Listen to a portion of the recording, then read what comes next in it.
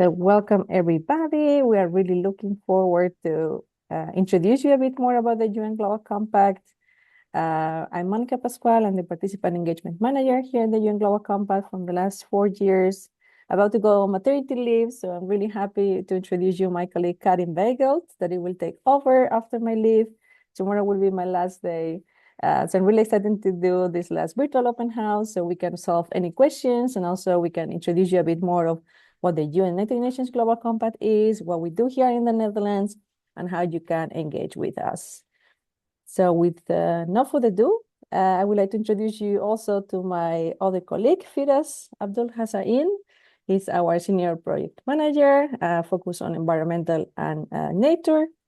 And he will also guide us through our offering in programs. And if you have any questions regarding climate, he's our guide to go. So I will give the word now to my colleague Karin. Welcome, Karin, to the team, and the floor is yours. Okay, thank you. Good morning, everyone. Welcome, to all of you who recently joined the UN Global Compact or are interested in joining the UN Global Compact. My name is Karin Weigelt. I'm a Senior Participant Engagement Manager with the UN Global Compact. I joined recently in March, coming from the healthcare and science industry, where I set up a green team, and that sparked my motivation to work in the field of sustainability and human rights. So very welcome. And before we do, let's say, a deep dive in what we have to offer, I first would like to introduce you to the UN Global Compact. So who are we, and how can we support you? And so to start, the UN Global Compact was launched around 25 years ago by Kofi Annan, together with 40 CEOs, so global leaders, and together with the United Nations, they decided to initiate a global compact of shared values and principles. And the idea was, to give a human face to the global market, because globalization does not only know winners. And that's been 25 years ago. And so by now we've grown into a big global initiative. And basically what our ambition is to accelerate and scale the global collective impact of business by upholding the 10 principles that have been determined by Kofi Annan together with those 40 CEOs back then. And by that, we delivered the SDGs through accountable companies and ecosystems that enable change.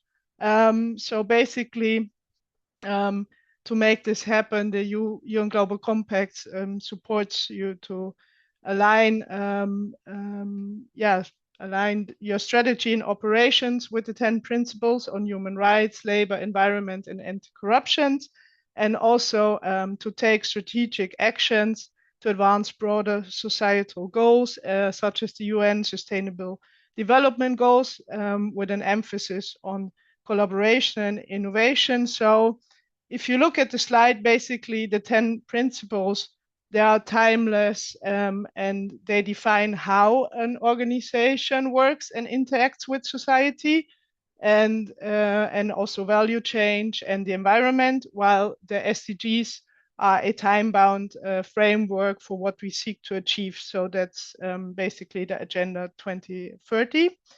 And then by now, I mean, as I said, we just started with 40 CEOs in 1999, and the network has been growing ever since. And today we are the largest sustainability, corporate sustainability initiative worldwide. So we have around 20,000 organizations, so businesses and companies, and around 4,000 or 5,000 also non-profit organizations or other non-business organizations that support the network.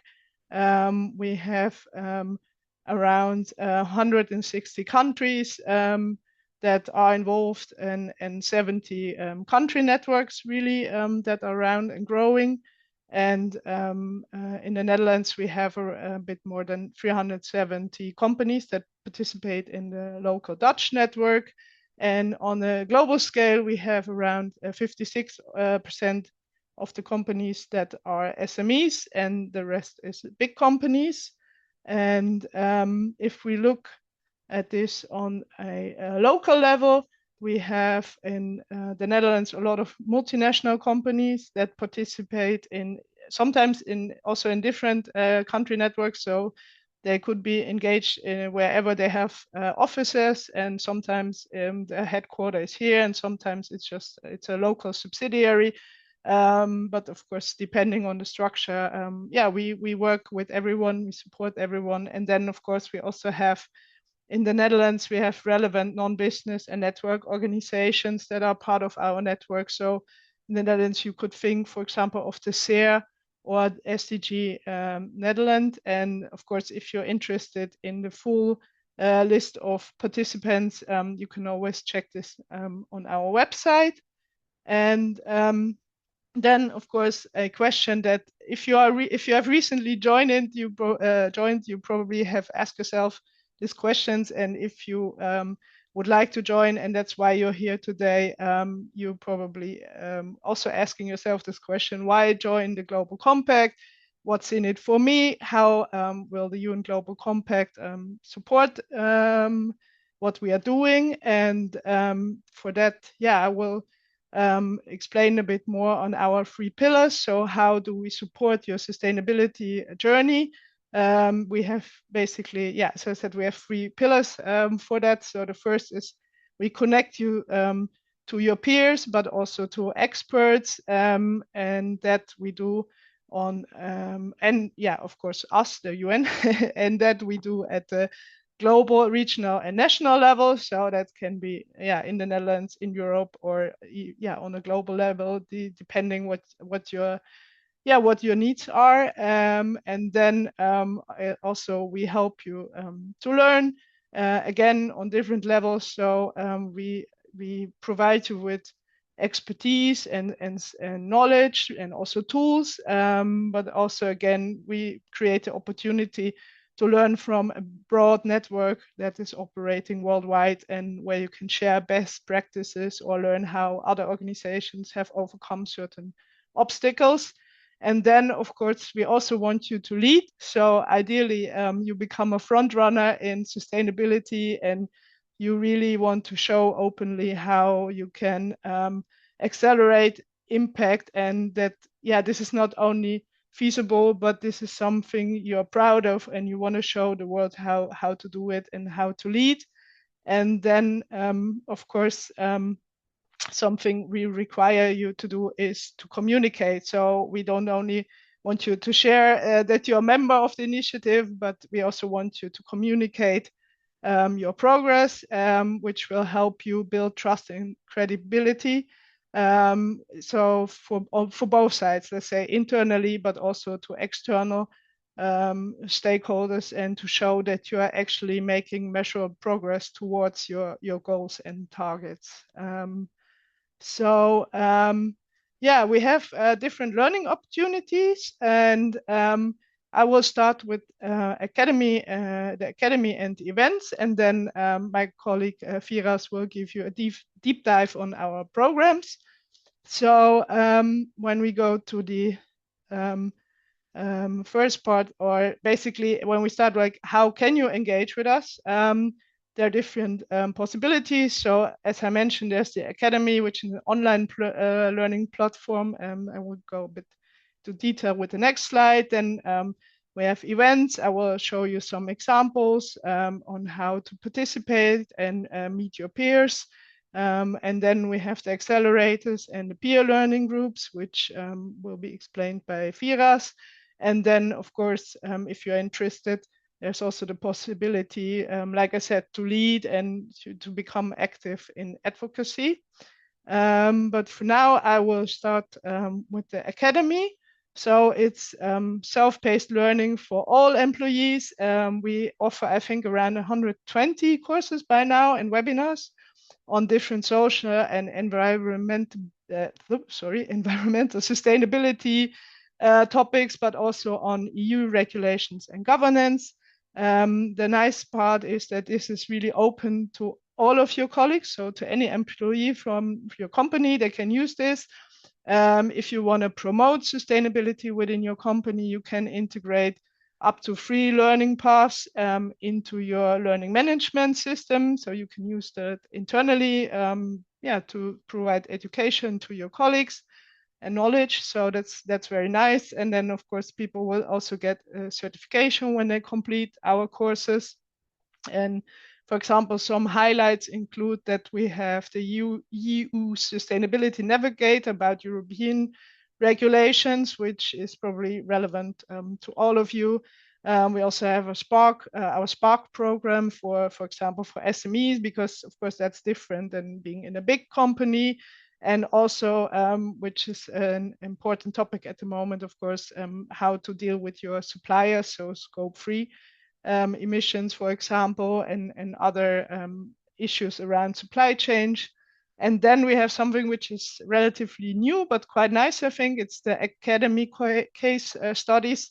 So basically our participants share a case study. So they show, an issue, a problem they identified within, for example, their supply chain, and how they overcome this, so others can learn from this.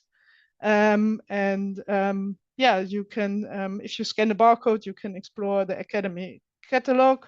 And of course, in the end, we'll also share the presentation with you. This is the Academy in a nutshell. Then to give you some nice examples about events. We have them, let's say, on a global and a local scale. For you here right now in the Netherlands, probably our General Assembly, which is coming up at the end of May, could be interesting. It's a huge opportunity for networking and get to know your peers. Then also for our young SDG network members, we have a book club. It's an evening event, so they can discuss, or seek inspiration from other young SDG members. Then, of course, as a sustainability manager, you always have to report.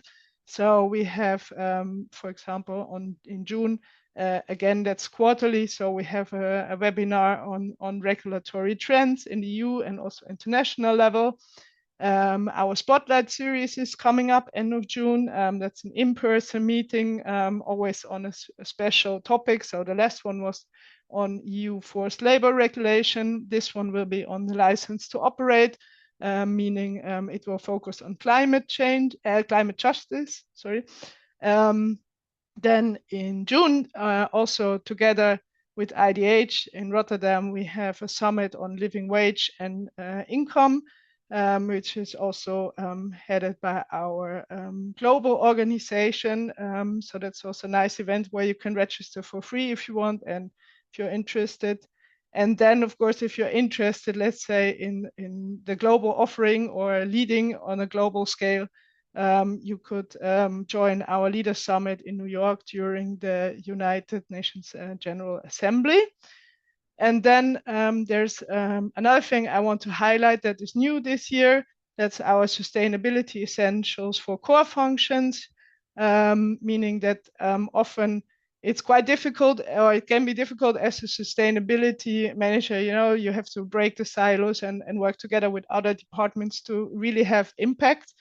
And so we created this series where basically you can bring a colleague from one of the other departments that are usually involved. So it could either be legal, finance, procurement, or marketing. And there will be 4 sessions, and you will discuss company cases, peer discussions, and see how you can improve this internal collaboration. Which is free for our members. And of course, if you say, okay, there's only, let's say, the procurement session is relevant for me, but the others are not, that's also fine. You can also just join one of these sessions.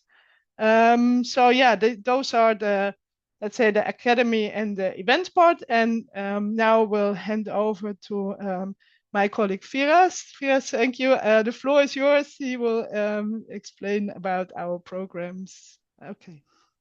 Thank you, Karen, and welcome everybody. Let's deep dive into our programs. What do we offer companies from our network? On that note, the controls stopped working, Karen. Yeah, all right, sorry. So Karen already explained that you have a lot of online learning opportunities, but we also have more in-depth opportunities for your whole organization to learn more, whether it's the specialists or the general group of employees that you have within your organization. More focused on the specialists, we have specific accelerator programs, which are predominantly online to make them very accessible. They run between 6 and 8 months on a range of topics. And in this case, we have one upcoming closing registrations very soon, later this month, and starting immediately, which is our Climate Ambition Accelerator.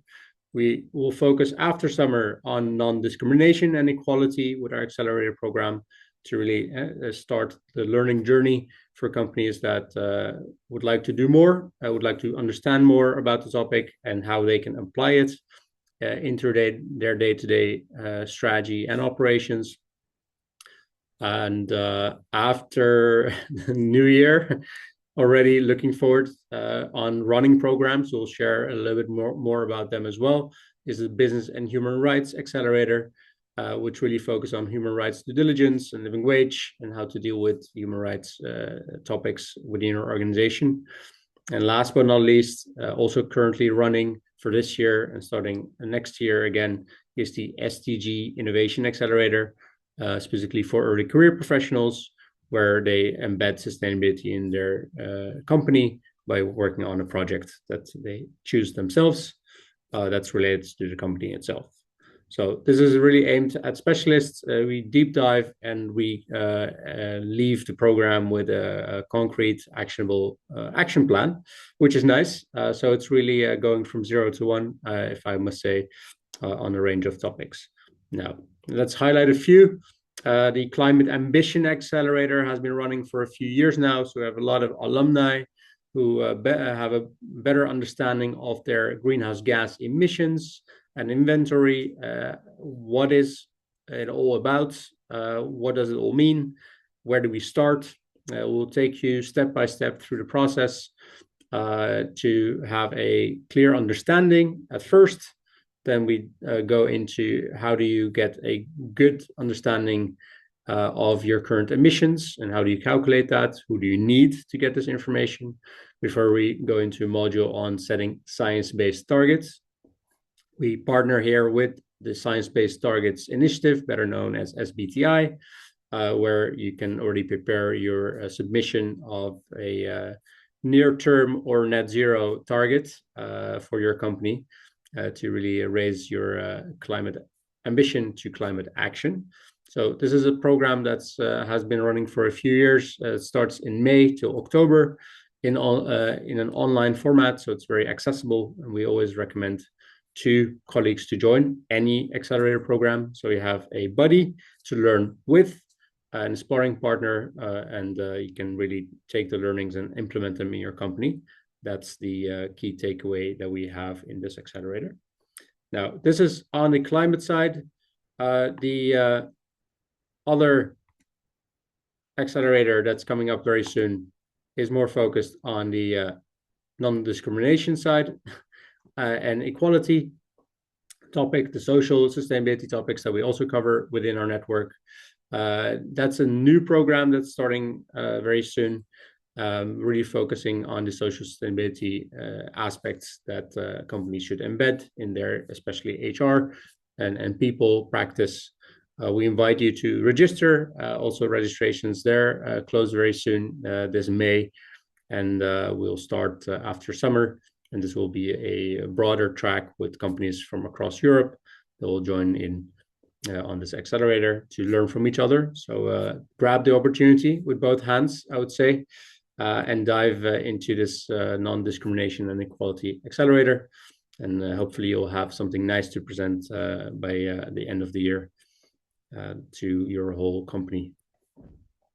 Then moving on, in social sustainability, we also have the Business and Human Rights Accelerator, a program that has been running for several years now, really focused on social sustainability, human rights experts, procurement experts, and risk and compliance experts in the companies that join to really understand how to deal with human rights due diligence, how to really focus on key things to put in place, whether it's a remedy method to apply when you see some violations of human rights in your chain, especially focus on value chain learnings.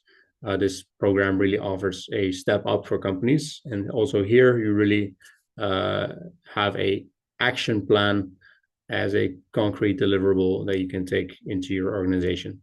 So I would definitely highlight, I would like to recommend you this program. It's currently running and starts early next year again. So if you're interested, let us know, and then we will get you a message as soon as this program starts. Now, for early career professionals, also highlighted briefly, we have the currently running SDG Innovation Accelerator. It brings a very practical way for early career professionals inside companies to take action on sustainability. First and foremost, to learn about sustainability. It's especially aimed at those who don't work in the sustainability departments and teams, but really are passionate about it and would like to do more with it. So why waste the talent? Let's use the talent and give them the opportunity to do so. It's a program that runs in the first half of each year and really focuses on defining a problem sphere, getting to a specific plan, and then exploring solution directions to eventually pick one and present that to the management board and colleagues to really embed that in the way of working going forward. So do you have young professionals in your company? Approximately under 35, not a hard requirement. Approximately under 5 years of work experience, also not a hard requirement, but aiming for those who are eager to learn in their early career phase. This is the program we offer to them to really take the sustainable development goals to the next level. Now, these were our accelerators. For those who are already a bit more advanced in their learning journey, they already have a practice internally on the environmental, social sustainability topics. We offer peer learning groups because you often get the question, what does the other do in the other companies?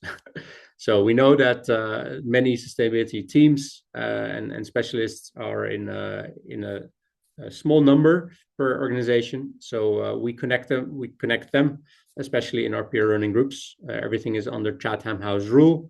So that means that everything leaves the room without mentioning the source, which offers a lot of in-depth, in-person learning from experts and peers on a range of topics.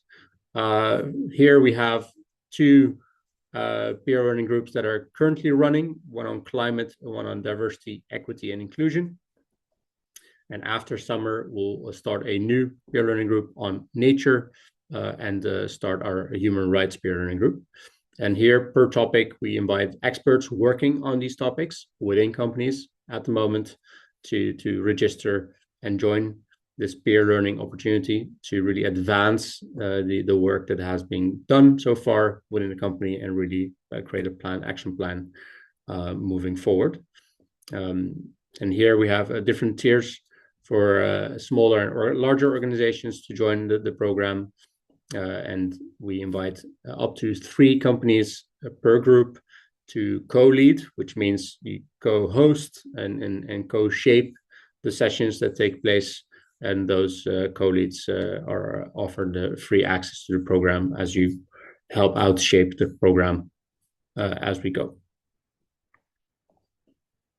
Then, very new and all the way from our Canadian colleagues is the annual sustainability report peer review group, nicely phrased as Aspire. So Many companies have a sustainability report, but how do you know whether it's good or there's some room for improvement? It's by talking to your peers, and that can be done easily. In this program, we aim to take you step by step in first of all sharing your sustainability report, and then there will be highlights in different sessions along the way to really better understand what key aspects should be in the report. You can benchmark your report versus these guiding principles, and then advance by hopefully updating your report for the next time. And if you're already a front runner on the topic, others can learn from you. So a new program, very practical, very pragmatic, and very actual, as every company should have a sustainability report by now, and most would like to further improve it. So this is the way to make it practical in your improvement process. Then briefly highlighting what's out there beyond the borders of the Netherlands. We have several coalitions, especially aimed at larger organizations in our network, who really step up on key topics of focus. That could be sustainable procurement as an enabler. That could be sustainable finance with the CFO coalition. And on water and oceans, we have the coalitions there to really highlight the importance on a sea level sponsorship and action plan eventually. So per coalition, the concrete way of engagement differs per company. Some are working on very specific projects, and others are shaping this initiative because they want to learn from other companies and other stakeholders. So we invite you to join that. If you're a large company, especially, this is perfect for you to take the next step on a global stage. Then last but not least, we have our Young SDG network, as Karin already mentioned, as one of the upcoming events. And there we have in-person meetups, we have book clubs, company visits, workshops, and social events for especially early career professionals who would like to meet the others and learn from each other and from experts in an in-person setting. And we have a huge network already running for more than 5 years now. So we always welcome everybody to join the network and learn more, meet the others, and take action. Thank you. Back to you, Karin.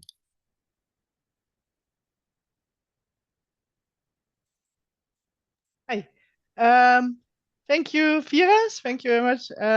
And our apologies for the technical problems, but we will definitely send you the slides. Yes, so I will hand over to Monica for the frequently asked questions. Yeah, thanks, Monica. Can take the next slide, please. Yeah. If you have any questions so far for everything that we have explained, please drop it in the chat. But I think one question that everybody maybe has been thinking of, like, okay, this sounds like a really great club that I would like to join. I would love to join this initiative, but actually, what are the costs to join the Young Global Compact? So we have a progressive annual contribution fee that is based on revenue. So small companies contribute with a smaller fee, and big companies contribute with a bigger fee, because then we can leverage more our services.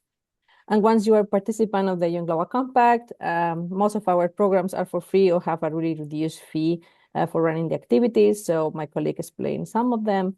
So that's included mostly in your fee. Next slide. So how you can join? Now we have a pretty much a detailed process. So first you have to notify your CEO. As Karin mentioned, we are still a pretty much CEO commitment company, because we truly believe that for being successful in sustainability, it has to come from the direction to really have that in mind and translate that to the whole organization. So we want the CEOs to be committed with this. So you need to notify your CEO. You need also the company registration governmental document to basically say, okay, this is a company that is legally registered in the Netherlands. And that document is usually made by the Chamber of Commerce, the KBK.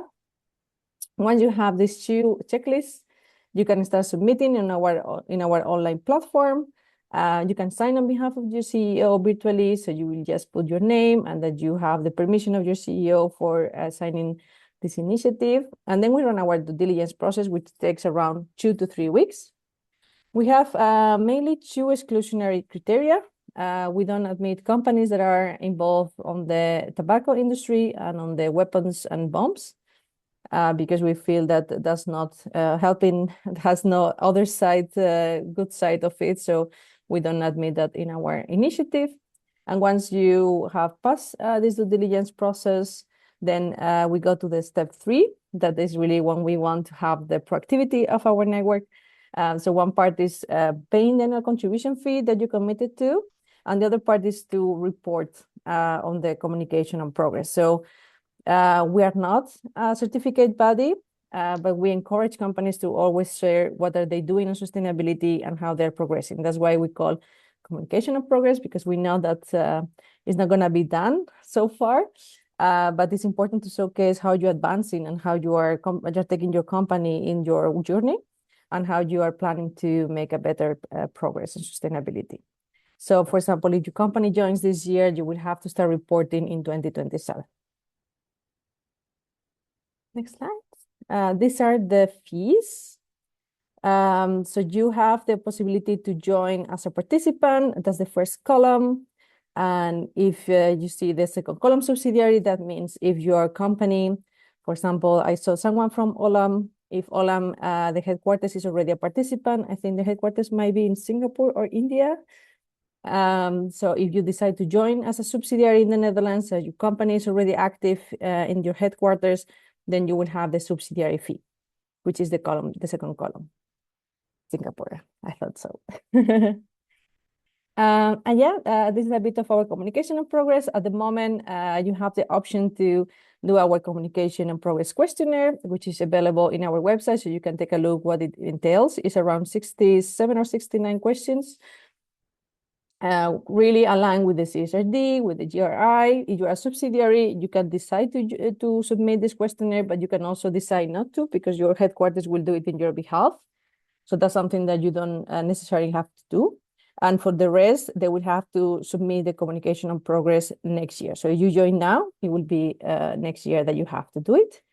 We're also accepting also for next year to hand over a sustainability report instead of the questionnaire. We really encourage companies to do the questionnaire because we have a benchmarking tool, which you can compare yourself with your peers in terms of company side, company sector, or country. So it gives you much more additional data. And for us, it's also giving us a bit more granulated data on, okay, what are our participants really struggling with, what are their bands, so can adjust a bit our programming accordingly. So feel free to contact my colleague Karin, or you can also schedule a 30-minute call with her to just go through the presentation and make your questions if you have any. And we will be looking forward to welcome you in our network. Feel free to join any of our open events that we might have, or so our academic courses that are open access for non-participants, so you can get a grip of what we do. And looking forward to see you soon. Thank you for joining us.